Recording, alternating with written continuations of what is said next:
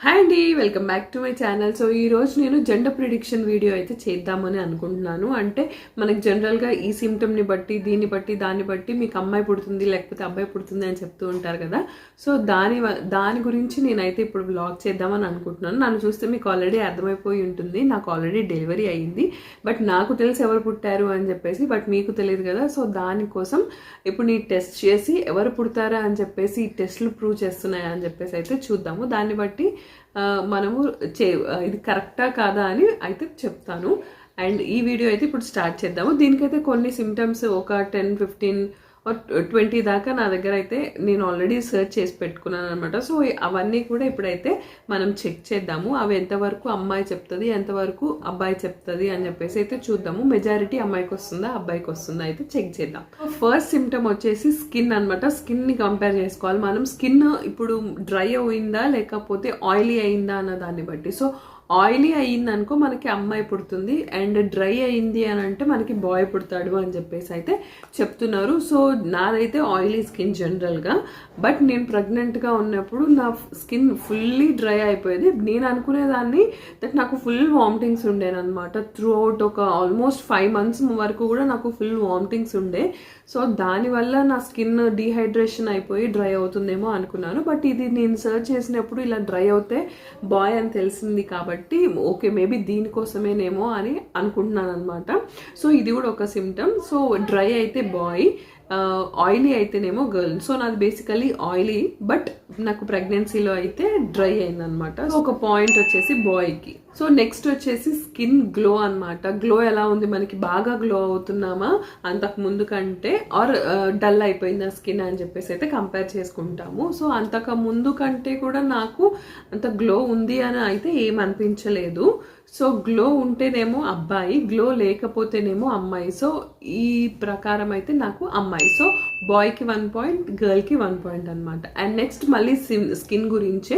ఏంటి అంటే స్కిన్లో యాక్నే ఉందా లేకపోతే ఎలా ఉంది, స్కిన్ మీద ప్యాచెస్ కానీ పిగ్మెంటేషన్ కానీ ఏదన్నా డార్క్ స్పాట్స్ కానీ అలాంటివి ఏమైనా ఉన్నాయంటే అమ్మాయి. లేదు చాలా నీట్గా క్లియర్గా ఉంది అని అంటేనేమో అబ్బాయి అనమాట. సో మీరు నా ప్రీవియస్ వీడియోస్ చూస్తూ ఉండుంటే నాకు ఈ మూతి చుట్టూ కూడా ఇక్కడ అంతా డార్క్ స్పాట్స్ వచ్చేసాయి అనమాట.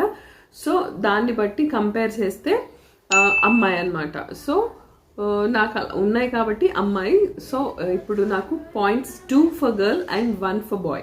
నెక్స్ట్ సిమ్టమ్ వచ్చేసి బెల్లీ బటన్ మీద ఒక లైన్ అనేది అయితే ఫామ్ అవుతుంది కదా. సో ఆ లైన్ అనేది బెల్లీ బటన్ కింది వరకే ఉంది అని అంటేనేమో గర్ల్, లేదు పై వరకు కూడా ఉంది అని అంటేనేమో బాయ్ అంట. సో నాకైతే పై వరకు ఉండింది. సో దీన్ని బట్టి చూస్తే బాయ్కి 2 points. సో ఇక్కడ 2 points అండ్ ఇక్కడ 2 points. అండ్ నెక్స్ట్ సిమ్టమ్ వచ్చేసి హెయిర్ బాగా గ్రో అవ్వడం, చాలా షైనీగా స్ట్రాంగ్గా అనిపిస్తుంది, అండ్ మనకి ఎక్కువగా ఊడిపోకుండా ఉంది అని అంటేనేమో బాయ్. లేదు బాగా హెయిర్ ఫాల్ ఉంది, చాలా డల్గా ఉంది, అసలు గ్రోత్ లేదు అని అంటేనేమో గర్ల్ అంట. సో నాకైతే హెయిర్ గ్రోత్ ఉండింది, హెయిర్ ఫాల్ కూడా అసలు లేకపోయింది, బట్ హెయిర్ షైనీగా అలాగైతే ఏం లేదు, నార్మల్గానే ఉండింది. బట్ నాకు హెయిర్ ఫాల్ అనేది కానీ ఏం లేదు, అండ్ గ్రోత్ కూడా ఉండింది. సో దాన్ని బట్టి చూస్తే హెయిర్ హెల్దీగా ఉన్నట్టే కాబట్టి బాయ్ అనమాట. సో ఇక్కడ 3 points, బాయ్కి 3 points అండ్ గర్ల్కి 2 points.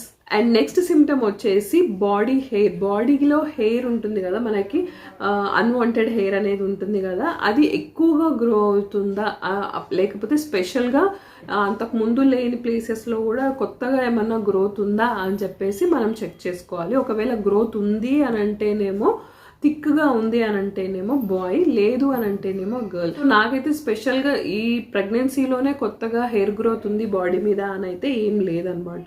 సో దాన్ని బట్టి చూస్తే అమ్మాయి. సో ఇక్కడ గర్ల్కి 3 points, బాయ్కి 3 points. అండ్ నెక్స్ట్ వచ్చేసి బాడీ వెయిట్. సో మనం ఎలా వెయిట్ అనేది ఎలా గెయిన్ చేస్తున్నాం, ఓన్లీ టమ్మీ మాత్రమే గెయిన్ అవుతుందా వెయిట్, లేదంటే బాడీ మొత్తం కూడా వెయిట్ గెయిన్ అవుతుందా అని చూసుకోవాలన్నమాట. ఓన్లీ టమ్మీ మాత్రమే గెయిన్ అవుతుంది అవుతుంది వెయిట్ అంటేనేమో అబ్బాయి, లేదు బాడీ మొత్తం లావ్ అయిపోయాం మనము అని అంటేనేమో గర్ల్ అనమాట. సో నాకైతే నేను టమ్మీ మాత్రమే గెయిన్ అయ్యాను అని అనుకుంటున్నా. ఎందుకంటే జనరల్గా నాకు 2-3 కూడా చెప్పారనమాట, నన్ను వెనక నుంచి చూస్తే ఆర్ సైడ్ నుంచి చూస్తే అసలు నువ్వు ప్రెగ్నెంట్గానే లేవు, ముందు నుంచి చూస్తే మాత్రమే నీకు టమ్మీ ఉంది అని తెలుస్తుంది అని చెప్పేసి అయితే 2-3 మెంబర్స్ అన్నారు. సో దాన్ని బట్టి ఓన్లీ టమ్మీ గ్రో అయింది కాబట్టి అబ్బాయి.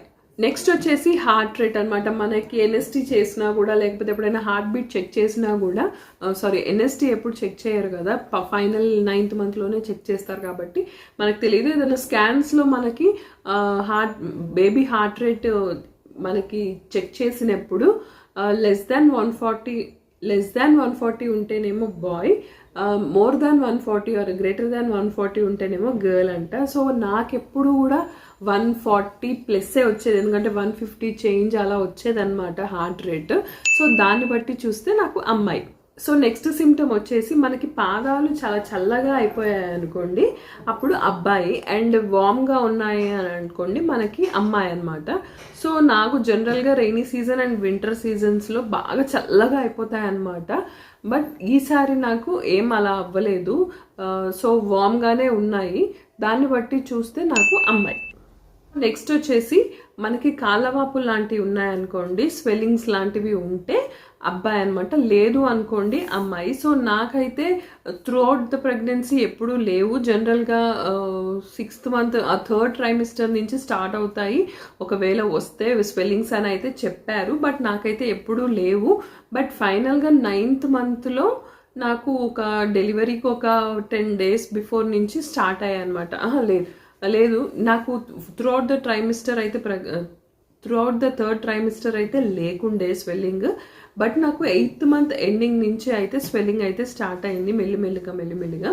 సో దీన్ని బట్టి చూస్తే స్వెల్లింగ్ ఉంది అని అయితే చెప్పొచ్చేమో. అలా స్వెల్లింగ్ ఉంది కాబట్టి అబ్బాయి.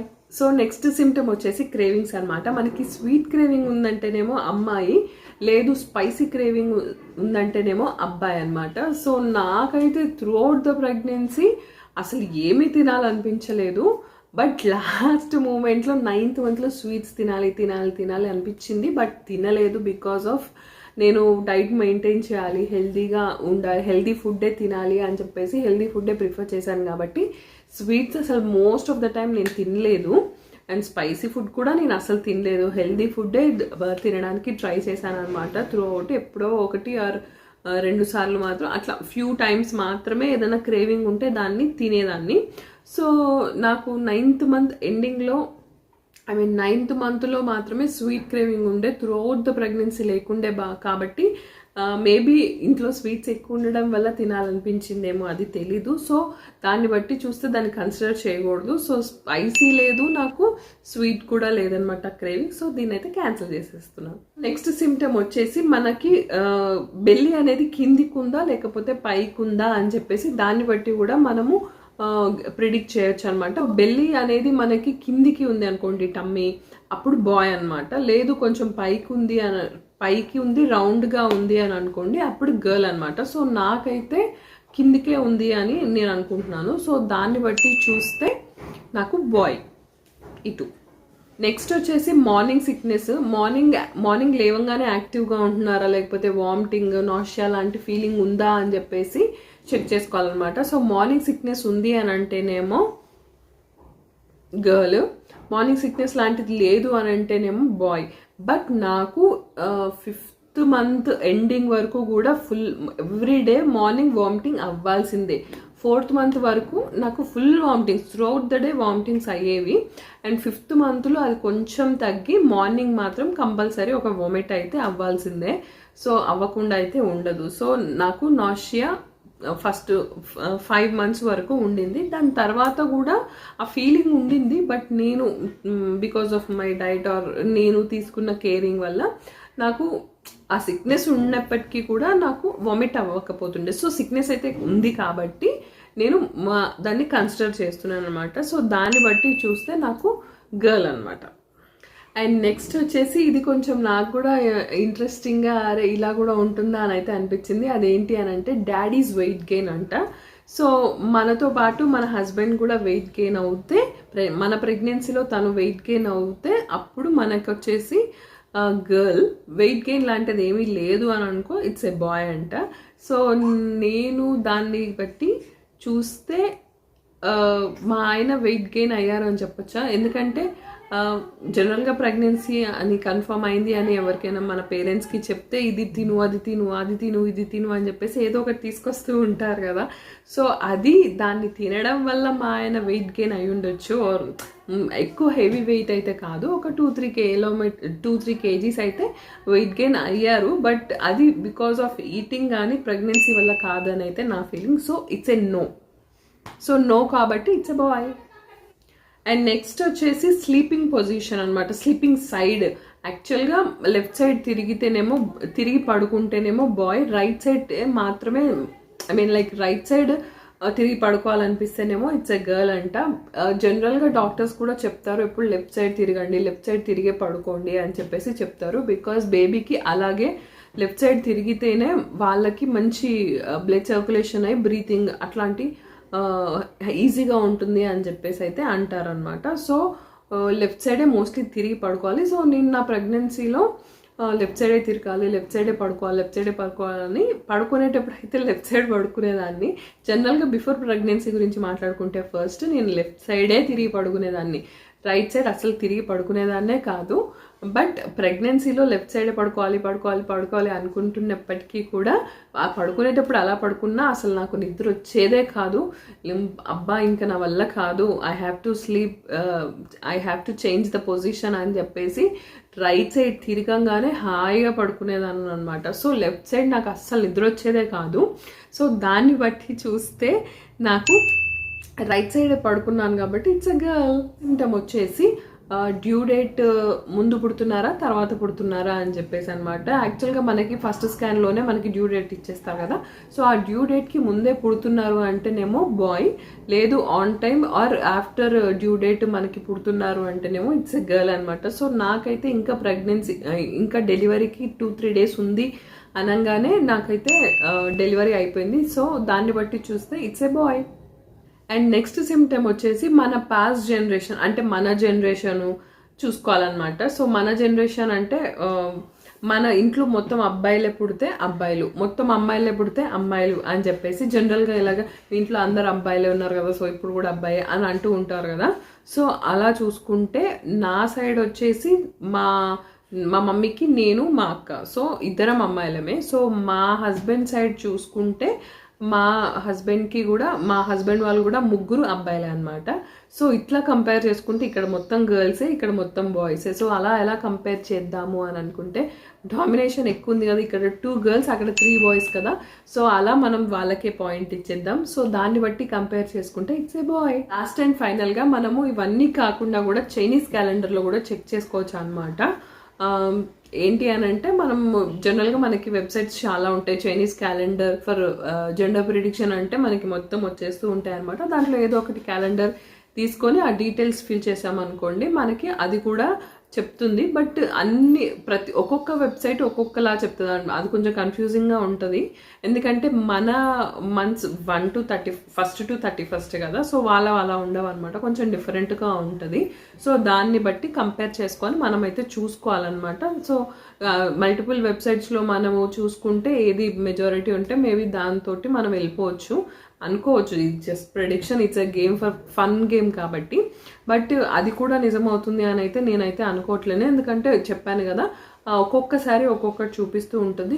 నాకు మోస్ట్ ఆఫ్ ద టైం గర్లే చూపించింది అనమాట.